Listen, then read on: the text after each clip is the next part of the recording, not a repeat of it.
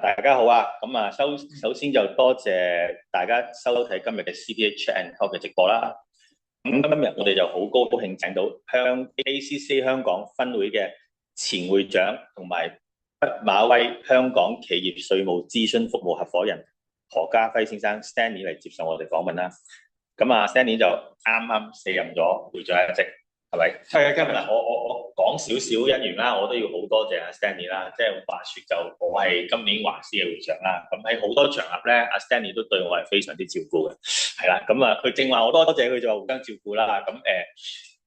難得㗎呢樣嘢，因為我哋第一次見面，大家都唔知啊，大家個名都未必記得。阿 Stanley 好主動嚟照顧下我啦。我啱啱入做會長就好多嘢都唔識，好多時都要多謝先，喺度多謝一句先。今日就好高興就你接受我哋訪問啦。咁我哋而家就正式開始啦。好啊，我想問 KPMG 有冇試過 interview 呢啲 staff 做過請人？我 interview 啲同事係有冇啊？請人？有。第一個問題就問一問你啦。嗱，好多嘅求職平台啦，都係介紹我哋會計見工嘅應徵話題咧，好得意嘅。咁我就揀咗幾條嚟問下你嘅。第一條係我變咗我做 interviewee 係咪？係啦，真係啦。我而家就問你啦。第一條啦，會問一定問，你覺得會計適唔適合你啊？嗱，其實咧我講翻個故仔先。首先多謝華師同 Campus 請我過嚟分享啦，亦都係咁啱我哋預咗呢個10號風球但係都繼續搞下。即係首先多謝華師同埋秘書處啦。風都打唔甩，係打風都打唔甩嚇。嗱，其實我個故仔咧，其實係我喺中學開始咧已經讀會計嘅。咁我喺加拿大讀書嘅。咁嗰陣時咧就開始有一堂係會計。咁嗰陣時我仲記得有啲 T account， 唔知阿 Campus 可能未太年青，我哋 T account、debit、credit 咁樣咁學嘅。之後咧我自己咧就去咗做3個 placement。第一個 placement 咧好得意，我係去做 receivable。OK， 咁我就如果大家在線即係經驗重啲就知啦，即係我做 receivable 就去一間工程公司做 receivable， 咁做啲咩咧？追數係啦，咁就不斷 send 嗰陣時冇 email，send fax ，send 上去追數啦。咁我覺得receivable 都幾悶喎咁樣，咁我就做完 balance sheet 嘅 asset 咧，我就去做 liability 嗰邊啦。咁我就去一個政府度做 payable。咁你估下 payable 有做咩嘢？追數，呢度就寫 check。係啦，不斷寫 check，然後就俾老細去簽名。咁我做完之後咧，我結論就係我唔想做會計，好悶啊。係啊，咁所以回應翻嚟，可能你唔請我，但係我第一下中學嗰陣時咧，其實係唔想做會計嘅。係啊，咁但係一陣間再可以講下，即係呢個姻緣問題或者係啦，就變咗我係一個會計師。係嗱，嗰3條問題其實仲有2條㗎。第2條就係話，你知道會計嗱，即係你去問一個人，通常會問你啦，喂，你知道會計做啲咩㗎？最重要係咩啊？你覺得會計工作最大挑戰係咩啦？頭先你都好似簡略講過啦。我諗你係中意一個中意有挑戰嘅人啦，唔可以做啲即係話不斷重複嘅工作啦。所以你就係我哋會計師嘅範疇以外，就係一個稅務嘅專家啦，係咪？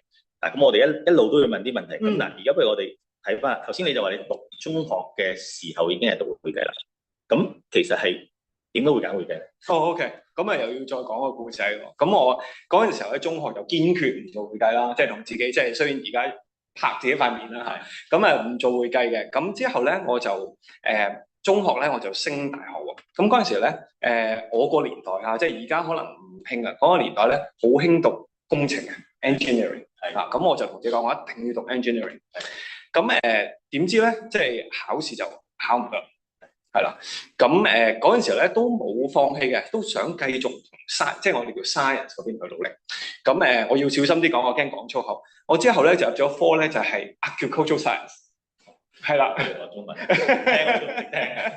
即係讀農務啦讀農務啦。咁都俾自己嘗試下係唔係真係啱讀 science，因為農務入邊又有少少 biology chemistry 咁樣。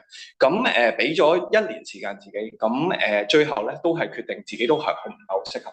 咁之後咧就改變去讀，最後我讀經濟嘅。咁我經濟畢業啦。咁畢業完翻嚟咧，咁就嗰陣時候咧就係2002年。Kevin， 你有冇聽過2001年發生咗一個世界好大嘅事件咧？ 2001年係好多事件啊。喺美國咧有個大廈冧咗落嚟咧，係啦，咁啊年青嘅會員可能就唔知啊。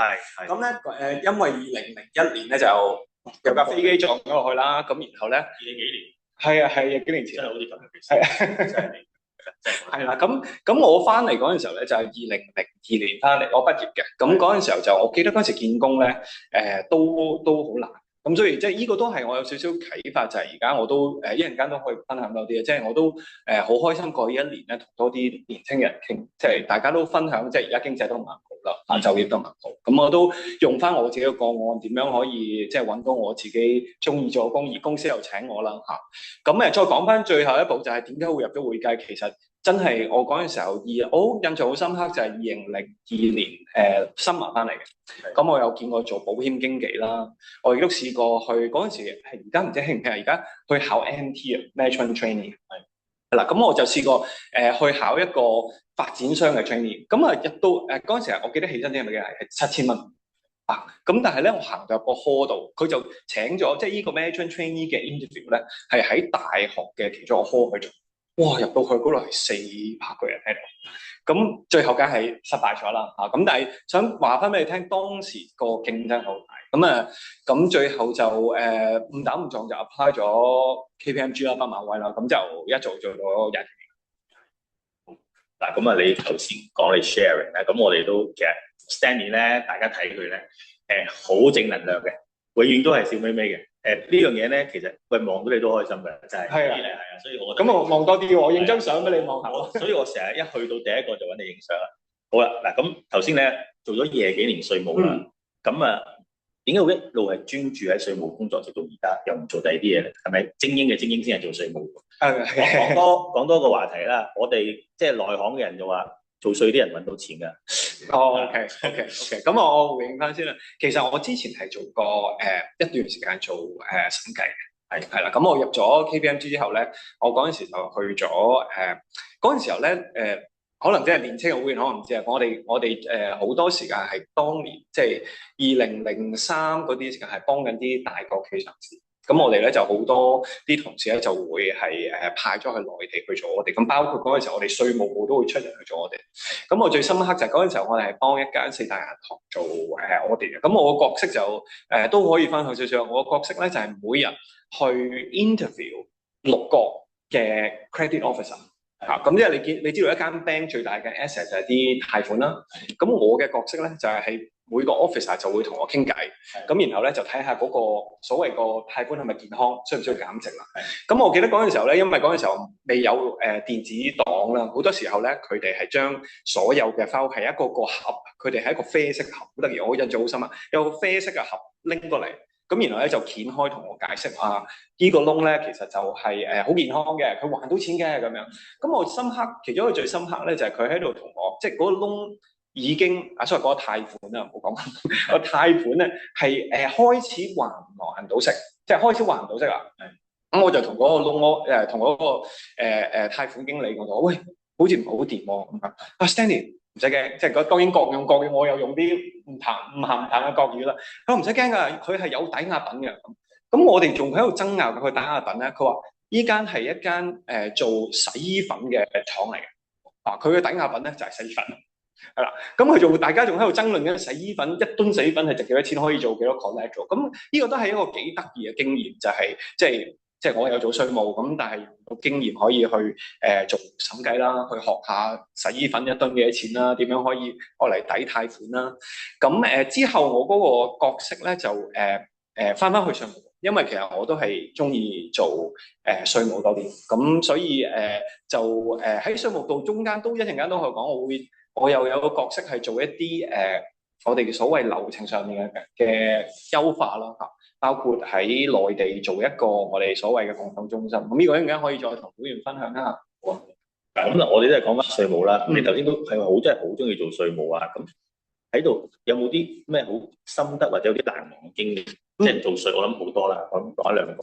好嗱，其實咧做稅務，即係或者我講下點解我中意做稅務啦。稅務咧，其實我覺得係一個會計同埋一個法律嘅一個結合品。係，即係我哋一方面咧，又要去了解佢會計上點樣去確認個收入啊支出啦。另外一方面咧，有陣時候咧，我就拎住個稅例咧，可能係一粒字或者一個字係我哋所謂係 past tense 定係 present tense 都可以拗一輪喎。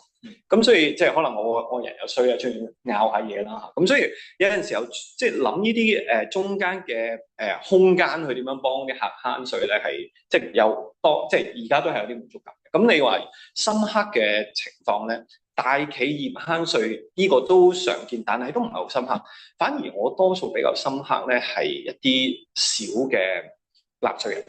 咁打個比喻啦，即係過去呢幾年接觸比較深刻咧，可能係一啲稅務調查，即係譬如我哋試過有鋼琴老師俾人查啦，即係可能大家如果係專業會計師都知道啦，鋼琴老師唔代表係唔使交稅噶嘛，係。咁啊，鋼琴老師俾人查啦，我試過有一個係不過而家又少啲喺某某廣場喺葵芳嘅入邊賣鞋嘅又俾人查啦。咁亦都有試過最近咧係如果在線有女士啦，女士賣愛馬仕包包嘅二手嘅或者一手嘅代購都俾人查。咁查嗰個過程當然我覺得深刻嘅地方咧就係好多時依類型嘅納稅人咧，其實佢第一可能好識做生意，即係可能頭先我講話佢教鋼琴係可能收2000蚊嗰種嘅，即係係好好晒。但係對於會計啊稅務其實就識嘅。咁但係當俾人查嘅時候咧，個感覺係好不安啊！即係我哋每日可能會幫啲客去同稅務局去爭取，但係當原來一啲可能做生意好叻，但係佢當佢面對一個俾人查，亦都即係我諗實在少少咧，就係譬如嗰個教琴老師，佢會突然間收到稅局封信，然後佢係有一沓7年，然後有7個 bank account 嘅 statement。然後逐條要解俾稅局，喂，呢個 deposit 其實係唔係你教琴嘅所得啊？咁樣咁大家都知道啦，7日前都唔記得做啲咩啦。你話7年前嗰個1萬蚊係咩咧？其實係難度好高。咁所以好多時啲客戶其實係即係深刻就係可能要點樣去安撫佢啦，點樣去幫佢？譬如佢好多時錢即係賺咗使埋。咁邊有錢再交稅啦？咁又幫佢點樣去做分期啊？點樣去幫佢達到一個比較好嘅一個妥協方案咯？咁所以呢個好多時嗰個過程咧，其實除咗真係講稅例，好多時都係聽佢講啊，或者點樣可以幫佢抒發個感情啊。咁亦都深刻嘅一個個案，即係譬如攞翻頭先嗰個教琴老師啦。咁教琴老師可能如果大家做過稅務調查知啊，係要會面嘅，即係。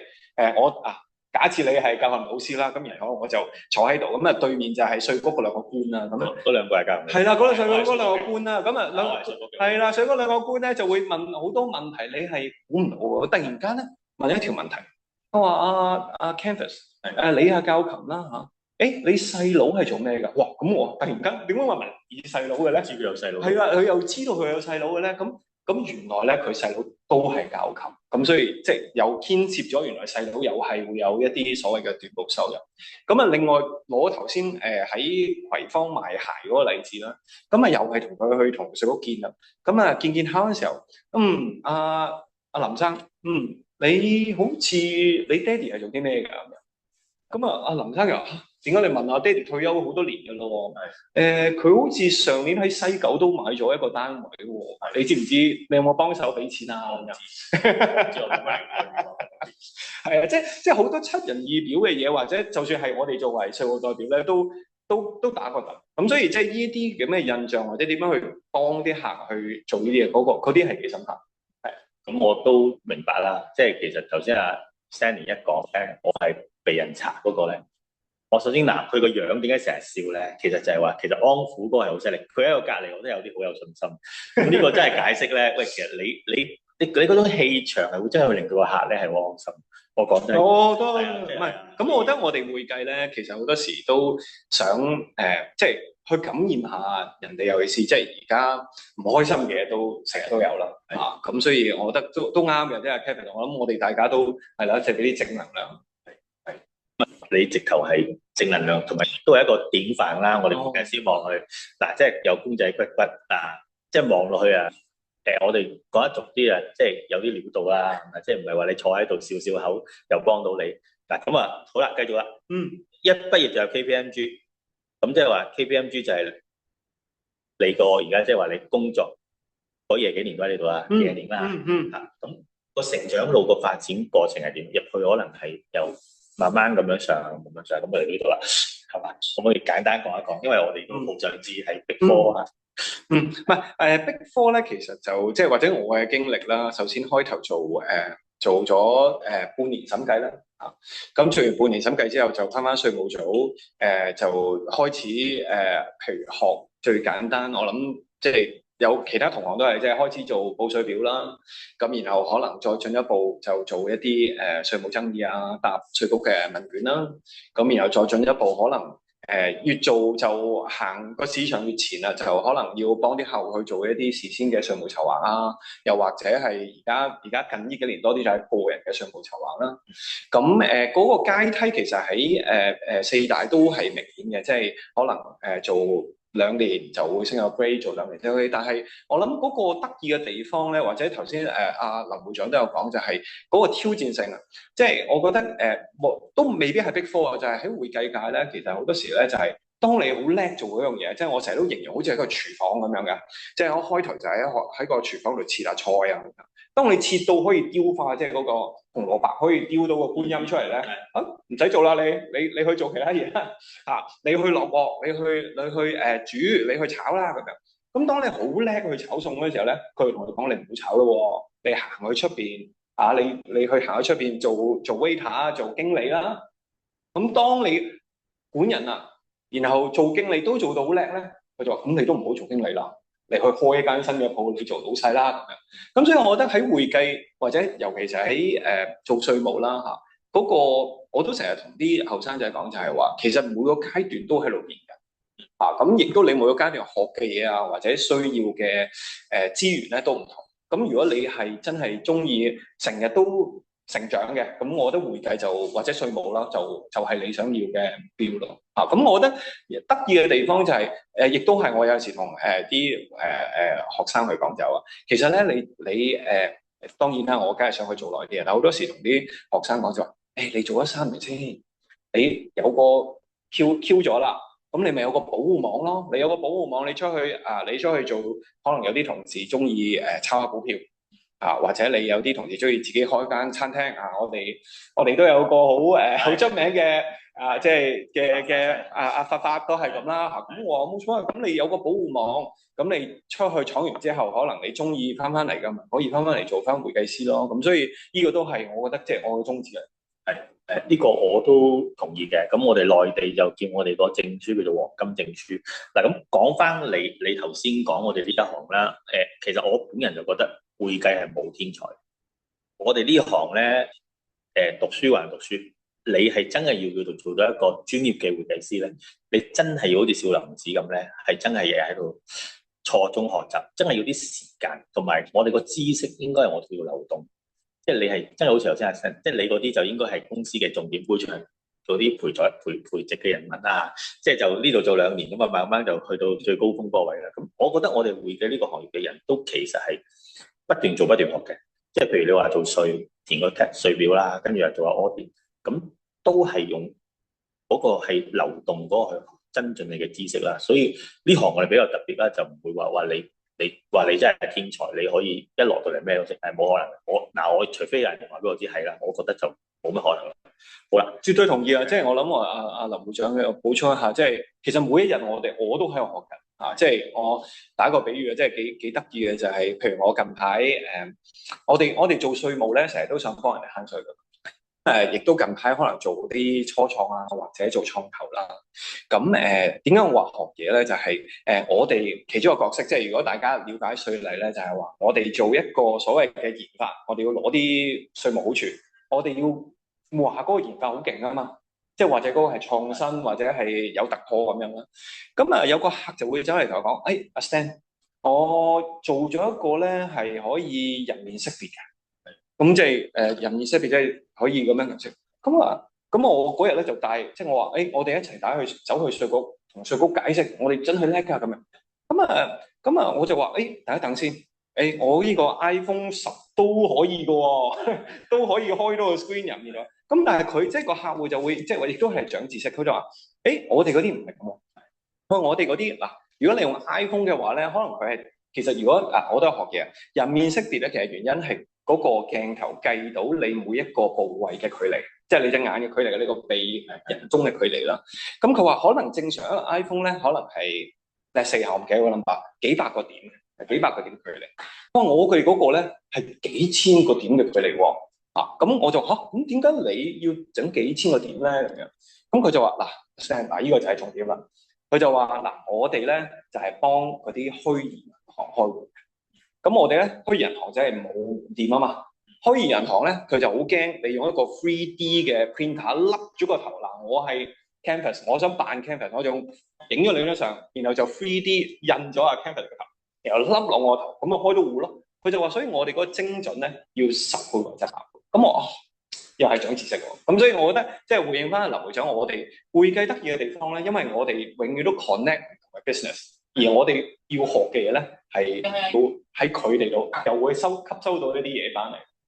呢個我之前幾集都講過，我哋呢一行咧成日都話會計，其實我哋識嘅人咧，或者我哋嘅客戶真係由生到死你都揾到嘅。所以都開心嘅，即係識到好多唔同。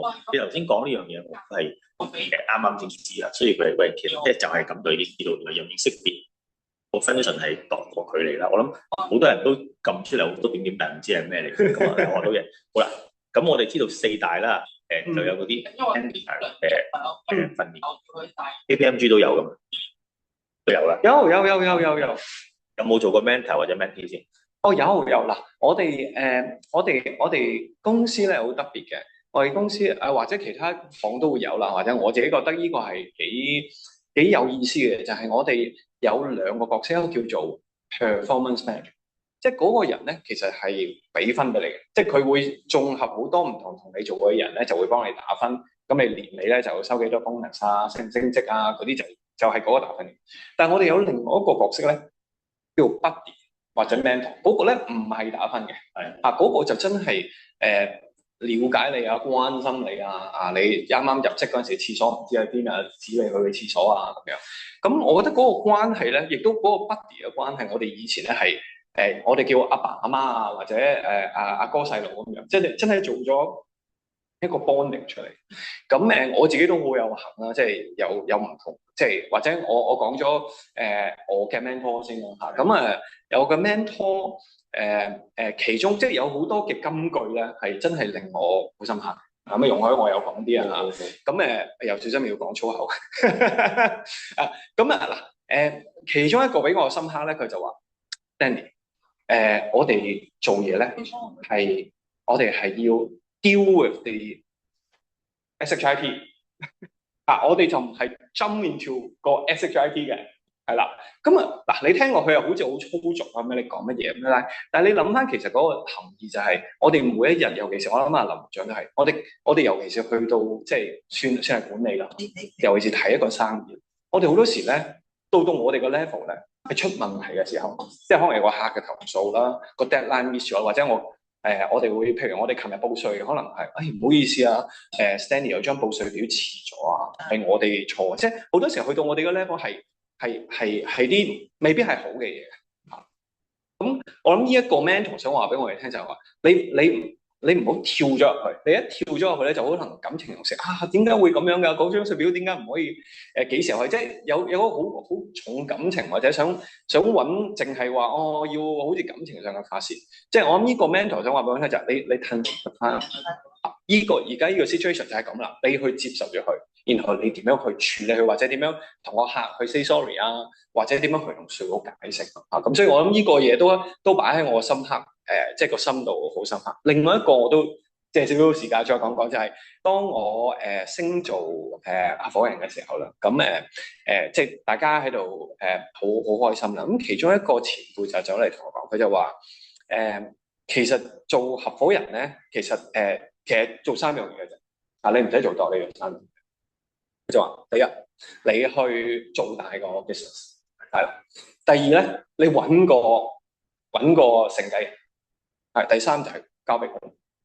咁所以佢話，如果你每一日都淨係諗呢三樣嘢，而當你做到一啲我哋所謂十字路口，即係我諗你都會知道，即係我哋而家個行業都有陣時候都有啲風險啦，即係接唔接呢個 job 啊，或者呢個即係後果啊，或者監管機構啊咁樣。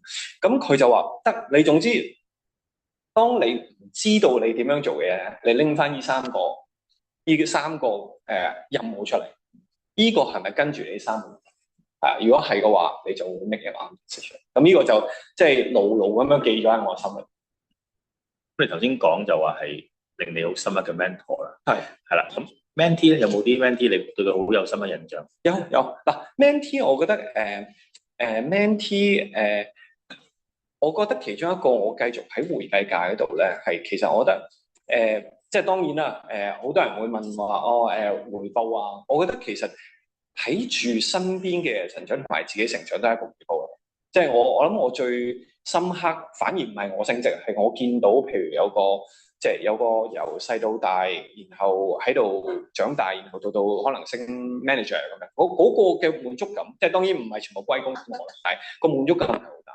咁而 mentee 亦都有時候會有啲提點，即係我諗我自己比較深刻嘅提點就係我諗係有陣時候個人係當自己覺得啱嘅嘢咧，要堅持到，因為即係我諗大家都會明，即係有陣時候我自己都有偏向嘅，即係呢個都係我嘅盲點，就係算啦，即係多一事不如少一事啊。咁但係即係我諗有個 mentee 提醒就係話，其實有陣時候有一啲嘢要傾咯，覺得啱嘅話即係呢個都係一個好好嘅提點。咁另外就係即係而家新一代嘅同事已經係我哋 Z 世代啦。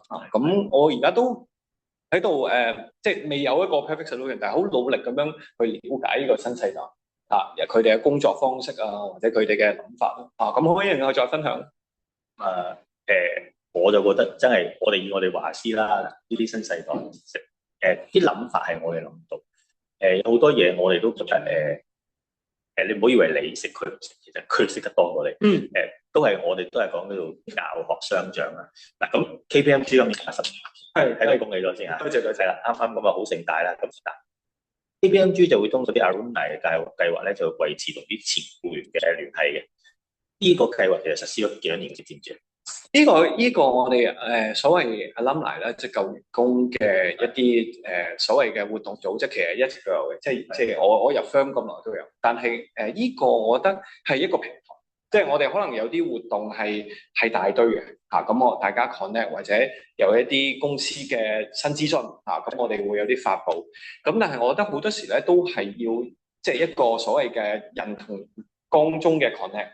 咁我自己比較深刻就係，譬如我20幾年前咧，我係我哋叫 batch 嚟嘅，即係我哋係一大堆，因為我嗰時唔係讀會計，咁我哋一大堆唔係讀會計嘅同學仔咧，就浩浩蕩蕩咁樣入咗間公司，咁又一齊去做 training。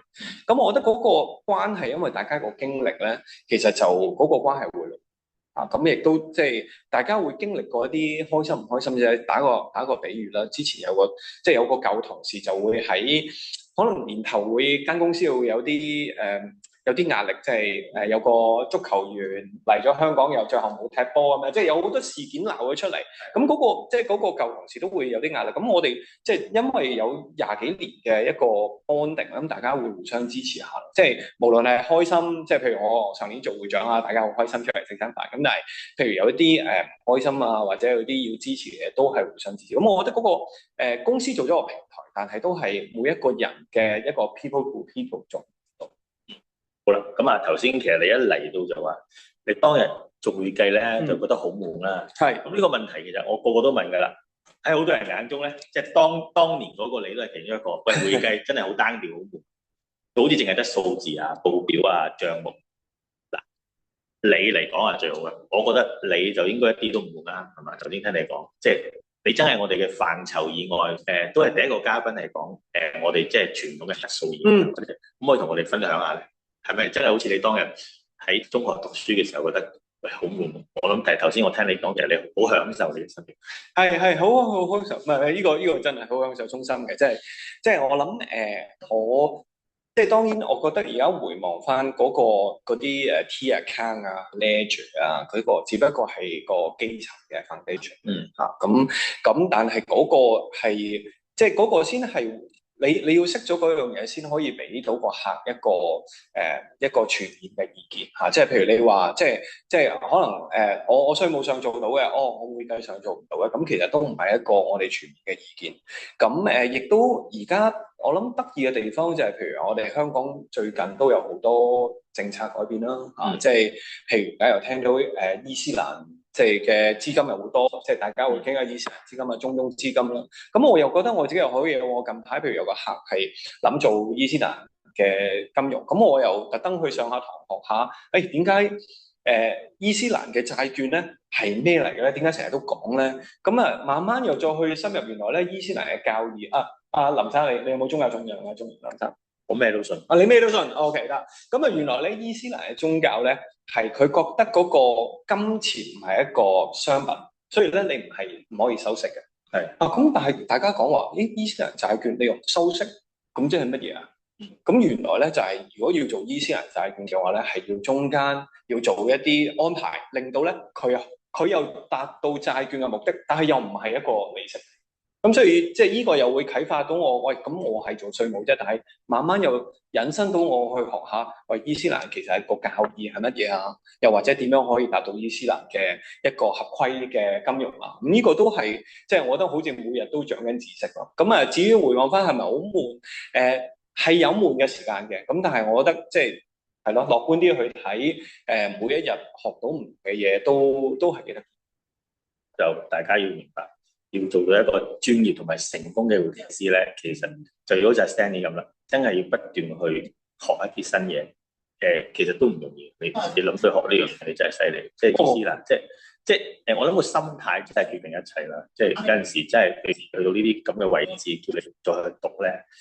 第一就我諗係個時間上，因為你舊年其實做會長啊，又都忙到咁咧，咁同埋讀呢樣嘢又未必真係可能課一個客嘅，我哋都喂值唔值得？但係所以話成功嘅人即係有佢嘅道理嘅。咁而家有 AI 好多，係啊，所以即係呢個我覺得都鼓勵大家可以係咯，學多嘅嘢咯。咁啊，參加多啲華師嘅活動啦，學到好多嘢。多謝。咁我哋其實呢個活動，我覺得今日呢個我哋都覺得，譬如你短上嚟啲半個鐘，我哋已經學到兩樣嘢啦。伊斯蘭嘅債券啊，我哋成日睇新聞，咁其實喂你要知真係要去學嘅，同埋有得學，仲要知道。係啦，咁好啦。嗱，會計工作一定係繁重啦，要求又高。咩理念咧，令到你一直係做到今日？我一間公司，中間有冇諗過放棄我哋全部？中間試過係咗俾人叫啊！係自己中間有試過喺manager 嗰陣時候，我都好深刻。嗰陣時候應該係做27歲度啦嚇。咁亦都可以講少少私人原因啦。咁27歲，咁嗰陣時候咧我嘅女朋友即係而家老婆啊，佢又話30歲之前要結婚㗎啦，係啦，夠鐘啦，夠鐘咁我又唔應該即係耽誤人哋啦。咁嗰陣時候都係諗住係29、30歲結婚。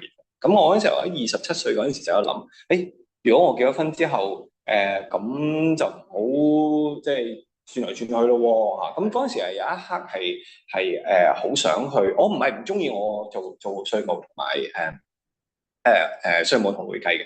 咁嗰陣時27歲咧，想去做銀行，係啦。咁我又要考慮你喎。2007年、08年附近又有一件大事件喎。係啊，係啦，咁啊，大家如果係資深少少啦，唔係年紀內資深少少咧，就會知道啦。就係嗰陣時係金融風暴啊，咁所以我去銀行嘅主意又被打消咗啊。咁但係我同我老婆嘅承諾冇變啊，我29歲就結婚啦。係啊，咁所以係嘅，中間係會有啲 up and down 啊，或者我諗我嗰陣時候點解要轉工，就係想學啲唔同嘅嘢，即係亦都係對應翻頭先嗰個概念，就係我就算去完銀行之後，我可以翻嚟做會計師噶嘛，係咯。咁嗰陣時候都係即係抱住呢個心態，想去學下唔同嘅嘢。嘅呢個首先就整定啦，亦真係走唔甩，都係要喺留喺呢個記。你講我同我老婆結婚係嘛？呢個就當然啦。咁我都覺得我哋其實會計行業，其實我哋之前都講過嘅，其實會計係好多行，只係一個人生嘅一個即係職業嘅一個起步啦。因為我哋好多我哋嘅行內嘅專業人士，其實佢哋都係會計起步，做到成功，但係一轉型都係去咗一啲好大嘅公司，可能係做到去CEO 嘅位。咁嗱，個個都係會計忙嘅，但係我又覺得會計業呢個唔係我哋專利啊。其實好多行業都係可以好忙。咁 multi-tasking 好似你咁啦，其實你點去應對咧？我諗翻去談會長，由會長呢一年講。會長呢一年咧，其實就早一年去聽啊。咁我嗱，即係呢個嗱，我唔可以話我一定好成功啦。但係其實我個思路咧就係有一個做一個好嘅 plan 啦。咁然後俾呢個係第二個，我覺得係好重要，就係俾信心其他人，係啦，俾信心自己都難嘅，俾信心其他人。第三咧就係 focus 啊。咁我逐個講。咁我一年之前咧已經開始同啲同事講，我成日唔喺度嘅喎嚇。咁不如咁啦，我哋諗啲方法點樣可以我唔喺度，大家都可以合作到啦。咁所以我就建立咗個機制，就係每個禮拜四，我每個禮拜四嘅早上咧都係留俾我啲同事。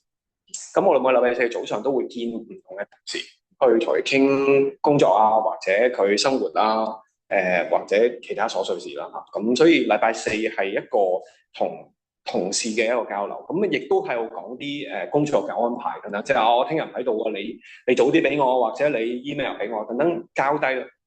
第二個咧係最重要就係 trust， 即係當你同佢 set up 咗，即係或者同佢講咗大家嘅期望，你就真係要信大家嚇，因為你如果當中唔信嘅話咧，你就達唔到頭先最後一步就係專心，就係你會心掛掛，你就哎呀嗰樣嘢做成點啊，我又走去 check 下佢，咁然後。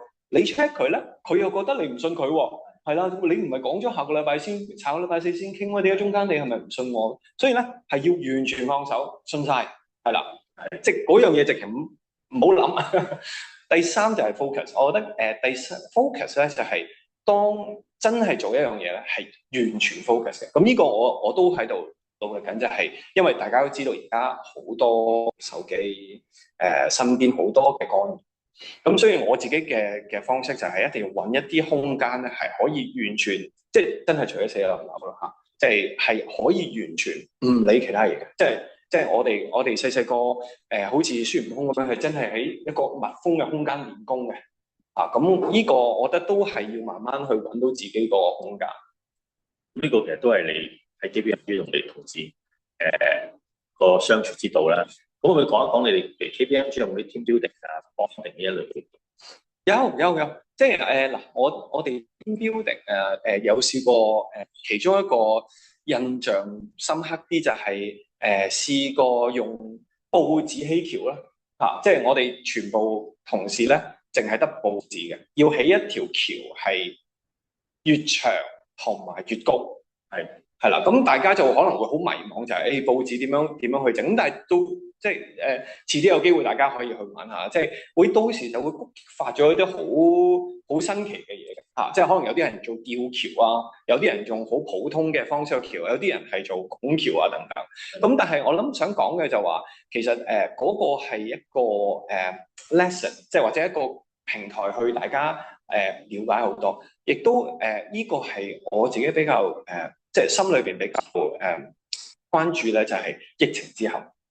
因為我哋疫情咧，中間有幾年咧，其實好多同事咧 join 咗我哋咧，其實全部都係網上見啊。咁同埋而家我哋公司都仲係用一個我哋叫做 agile work， 即係我哋同事有2日都可以唔喺公司嘅啊。咁呢個點樣可以 keep 住個 bonding 就係我哋嘅挑戰。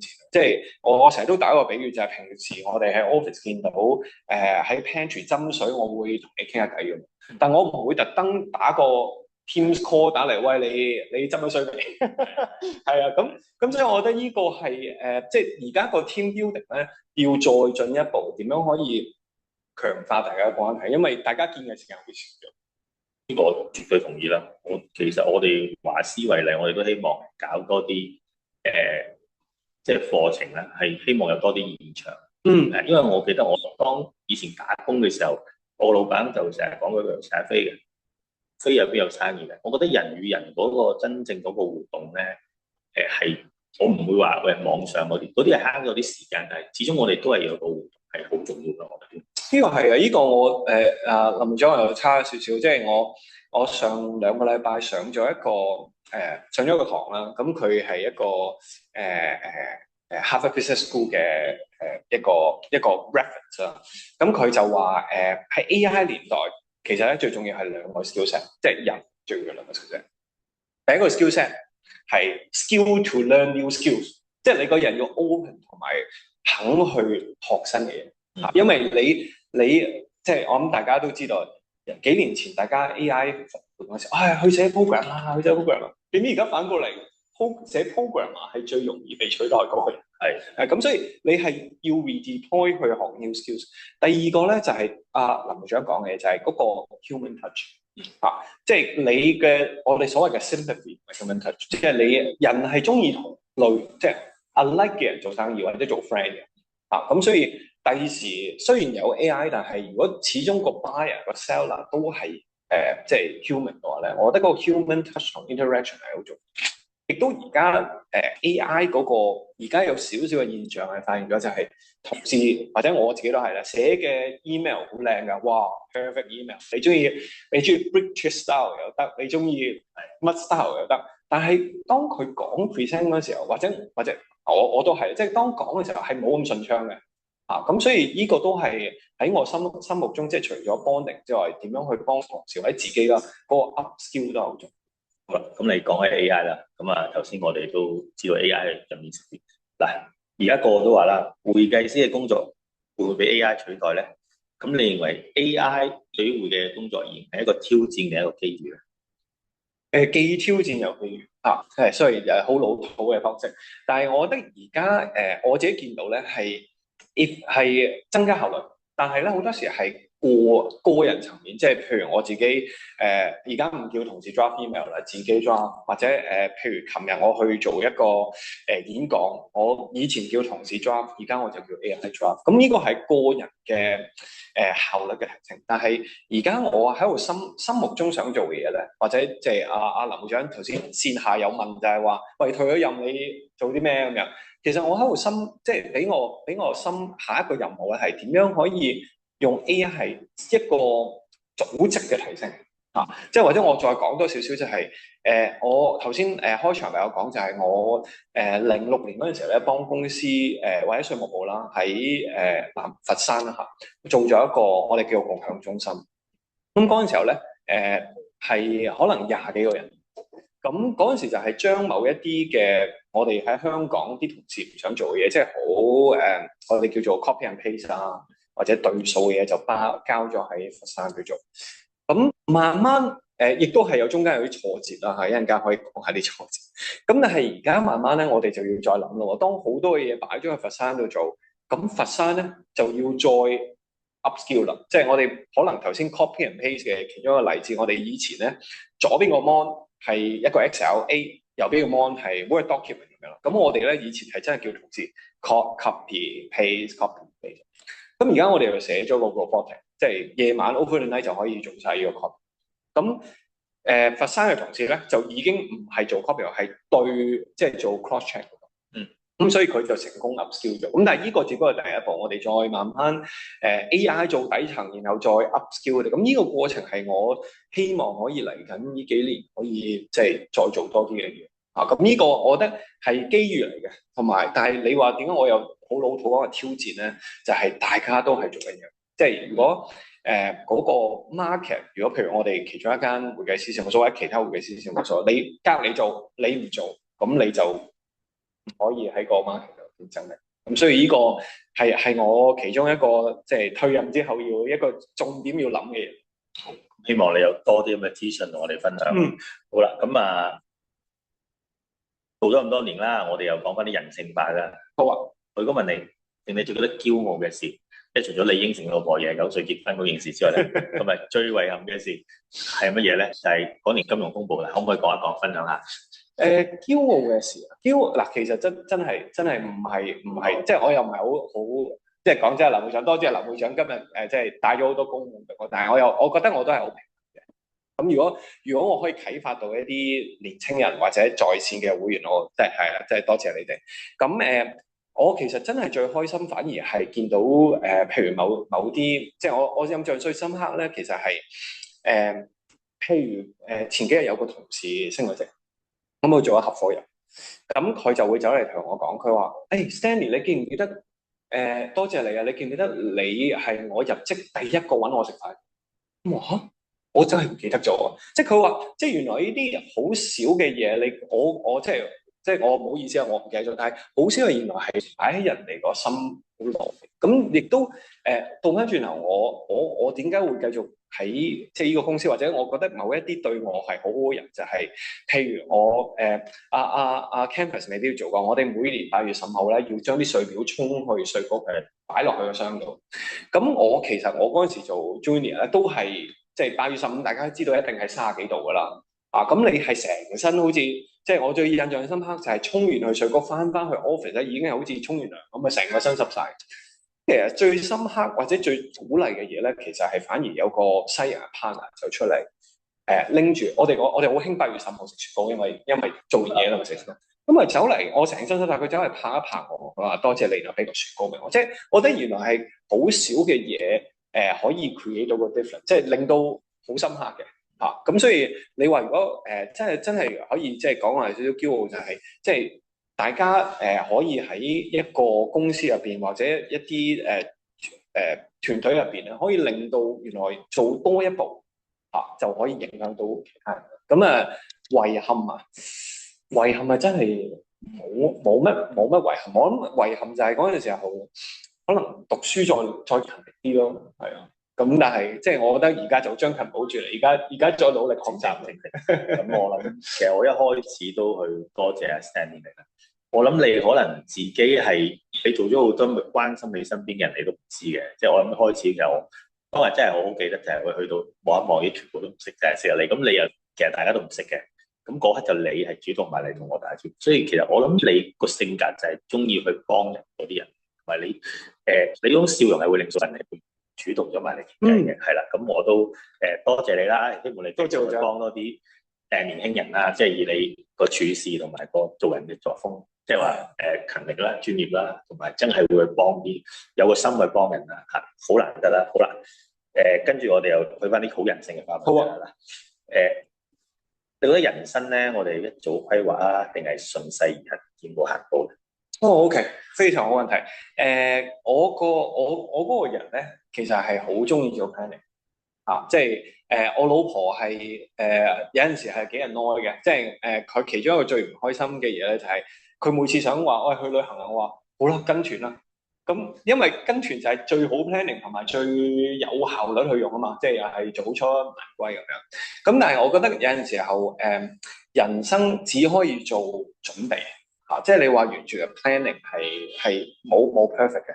咁我自己有個小習慣都可以分享一下，即係睇下大家有冇用。好多時咧，我會揾一啲空白嘅 me time，然後揾張紙咧去寫低。多數就寫 to do list， 就大家都會寫 to do 要做嘅嘢。但係咧，我會寫一啲咧係我好憂慮嘅嘢。係啦。咁點解我會寫一啲好憂慮嘅嘢咧？就係我有一個唔好嘅習慣，就係成日好憂慮嘅嘢咧，我就唔諗佢。但其實係唔啱嘅，係我自己覺得嚇。我呢幾年開始係寫落去。咁譬如寫嘅憂慮係咩咧？試過寫公司請咗一個人喎，會唔會我冇一份工咧？咁啊照寫落去，我真係照寫落去。譬如我個女，點解我女淨係講英文唔講中文？佢會唔會第時唔識聽中文咧？咁又寫落去。咁但係發覺咧，其實嗰個憂慮咧，慢慢會變咗做你個 to do list 嘅。係好得意嘅喎，即係你會諗下，慢慢我今日我寫低先，我冇解決方法譬如個女，我唔可以一晚叫佢講到中文嘅。咁但係原來個 to do list 不如我帶佢去學下象棋啦，係嘛？象棋嗰啲人可能講廣東話嘅喎，咁樣。咁即係你會變咗一個 to do list。咁同埋咧，最得意嘅地方咧，越寫得多嗰啲憂慮咧，過多幾年睇咧，你自己會笑出嚟嘅。即係嗰啲憂慮咧，其實最後係冇發生到。咁就係即係呢一個就係我諗如果你話人生嘅規劃，或者即係唔係即係我哋每日嘅規劃就喺個 diary 但係我就有個習慣就係再試下用憂慮去變化成我嘅行動。其實我都好開心今日可以揾到你上嚟講呢個台，因為其實我真係問心講呢啲，正正係想我哋去學一人啲。第二個人啦，我唔好話佢成唔成功啦，即係其實我覺得你呢個諗法就係話，其實你已經係行前咗一步啦。即係有啲咩會困擾你嘅，你已經係寫低，但係你慢慢就去翻喂，我點樣去解決呢個嗱咁好開心，真係好開心。呢個係我想做呢個節目，就係話我哋個個都上得嚟，都係一個專業會計師啦，都叫做有少少成就。咁但係佢工作以外，佢嘅成功秘訣咧，就今日就真係表露無遺。多謝你啦。好，咁嗱，香港嘅會計業啦，你覺得前景係點咧？咁嗱，作為一個如果對一啲資深嘅從業員或者一個會計嘅新力軍，你覺得用咩心態咧？譬如你而家就係資深啦，你嘅心態就係學多啲嘢啦。咁年輕人咧，譬如你年輕人，你會點樣去俾啲鼓勵啊？或者咩？覺得佢哋咩心態咧？呢一年咧做會長咧，接得多咗年輕人。我會見到年輕人，我哋以前嘅年輕人咧，好多時都係比較迷茫，唔係好知自己做啲咩。咁但係咧，我又近呢幾年比較見到多咧，有啲都好主動嘅即係有啲好主動譬如做我哋做 internship 啦，佢會send email 問我約我食飯嘅。咁咧，我即係講翻笑話啦。我哋以前好興 send，即係如果係收到 email 咧，成日第一個諗法就係你係咪 send 錯 email？你想揾你 friend 食飯，打錯咗我 email。但係佢哋係真係真心嘅，亦都我覺得某一啲係好有事先籌劃嘅咁但係至於你其他即係可能比較未諗清楚啲咧，我會從一個因為我覺得尤其是即係接得到年輕人多咧，就係其實佢覺得做嗰樣嘢有冇意義即係佢從一個意義嘅出發，我哋即係或者我以前比較市儈啲啊，即係我揾到工啊，養唔養到老婆，即係佢哋都會嘅，但係 more from 一個意義嘅角度。咁所以好多時候我哋即係我諗會計師嘅角度，譬如如果做一個核數師嘅話，個意義係咪就係真係披露到啱嘅嘢俾個 investor 做一個啱嘅決定啦？咁我哋係金漆招牌係一個金融中心嚟㗎嘛，咁嗰啲數據係唔係一個第三方嘅獨立嘅認證啦？咁我哋做稅務嘅。係唔係都有一個所謂嘅意義，就係話，喂，我要交稅，但係個稅例容許，或者係政府係鼓勵嘅，咁係咪應該可以慳啲稅咧？咁呢啲都係有陣時候即係同事去溝通嗰陣時候咧，其實佢哋都會好着重嗰個意義咯。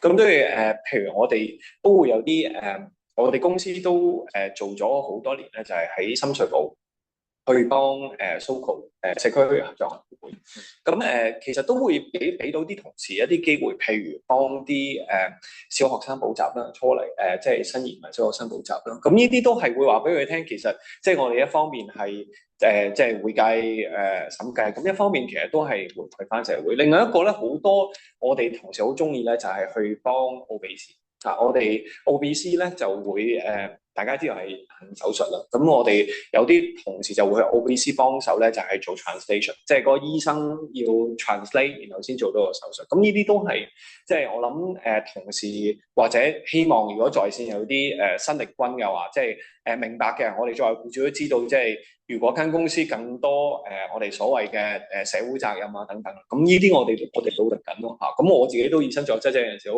希望可以做多啲。我都非常同意啦。我記得就話，即係工作以外，其實真係要揾啲興趣或者有啲時間去消磨下你。咁就如果你話一個人長期都係工作咧，就真係搞唔掂。做呢啲嘢，你可能你行出咗第一步咧，你覺得有意義就會繼續支持。係啦，好啦，咁繼續啦。嗱，有首歌啦，我真係中意嘅。嗰首歌咧，我唔知你有冇聽過咧，叫做《世事何曾是絕對》，有冇聽過？冇，你唱，你下次要唱出嚟。咁裏邊一句啦，裏邊嘅歌詞就話：世間內嘅甜酸苦辣咧，係心態。你認唔認同？認同。我諗其實我諗係翻去最傳統，即係半杯水同埋得翻半杯水嗰個睇法啦。咁亦都過去呢幾年，尤其是係接觸咗唔其實我個人係比較唔服咗。即係我諗好多時就係因為身邊嘅嘢影響咗自己個波動，即係個心情波動。尤其是可能即係近呢幾年可能好多嘢唔開心啊咁樣。咁但係我諗接受嗰樣嘢係好多時即係所謂有少少科學啦，即係當一個唔好嘅消息咧係要經歷幾樣嘢嘅。第一咧就係denial， 嗰樣嘢冇發生過嘅啊。第二個咧就係 sad， 第三咧就係 accept。咁我自己多數咧，即係如果頭先阿林會長上手好知咧，即係多數都係變一啲可能唔係好預期嘅嘢啦，即係可能有啲 project 就得唔好。咁好多時就會要經歷頭先嗰三個 stage。咁我自己點樣治癒咧？就係快啲去第三個 stage，即係頭一兩個 stage 盡量令到自己可以短啲，快啲去 set 過咗 set， 同埋過咗嗰個denial 嗰個 situation。因為我成日都好 mindful，因為有陣時候做到即係做到一個團隊嘅一份子咧，你好影響側邊嘅人。即係你唔覺㗎，可能你個人皺咗一個眉頭，即係講少少啦，就係我秘書係坐我門口嘅，咁其實咧有啲同事咧就會 send message 俾秘書，今日阿 Stanley 嘅心情點啊？咁可能就會有一個笑面嘅心情啊，或者喊面嘅心情。咁呢個即係你會 feel 到原來咁微細嘅嘢咧，其實係好影響其他同事。咁所以呢個都即係作為其中一份子都要好 mindful。咁回應翻你係啊，即係絕對認同，只不過係點樣可以快啲過到自己。咁我相信你啲同事問你心情，你日日都係笑口，望到你真係就係一個開心人啦，係啦，好啦，咁我哋都係講句啦，你其實好着重去栽培啲後輩啦。咁我想問啦，會唔會鼓勵你嘅親友後輩加入我哋會計師呢行？會唔會啊？我覺得都要睇翻自己係咪真係中意，因為其實係 demanding。即係我諗我哋成日都去大學傾咧，其實我諗好坦白講，一定唔係接多晚。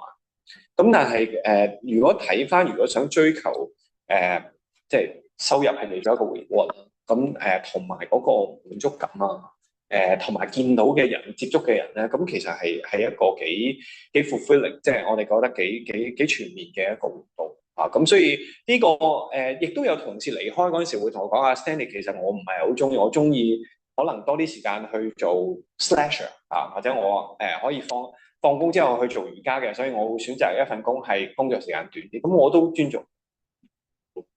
咁睇你啦，你一定係一個時間嘅管理大人啦，分享下啦，自身工作、家庭、生活有你點樣攞得平衡嘅？我覺得你攞得好好嘅。自身我其實好尊重自身嘅，因為我覺得自己有陣時候嘅 reflection 係好重要。咁所以我好得意就係我好中意刮啲 me time 嘅時間嘅，即係譬如我平時係大概5點半起身，咁我係大概7點之前就翻學嘅。咁嗰個7點至9點呢個時間咧係完全靜嘅，即係淨係我嘅。咁我好中意嗰啲咁嘅時間。咁呢個係自身啦。咁亦都會做頭先講個 reflection 啦，即係寫啲憂慮出嚟。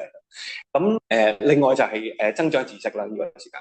另外如果係家庭嘅話咧，我其中一個原則就係即係可能係禮拜六、禮拜日係某啲時間係一定嘅，因為我有兩個女。係兩個女，屋企有3隻貓嚇，咁我就即係有啲時間係專係照顧佢，照顧佢哋啦。咁同埋我覺得係 quality，即係有陣時候可能係同小朋友嘅夜晚氹佢瞓覺傾嗰10零廿分鐘，你會知道佢個心情係點，都係好滿足。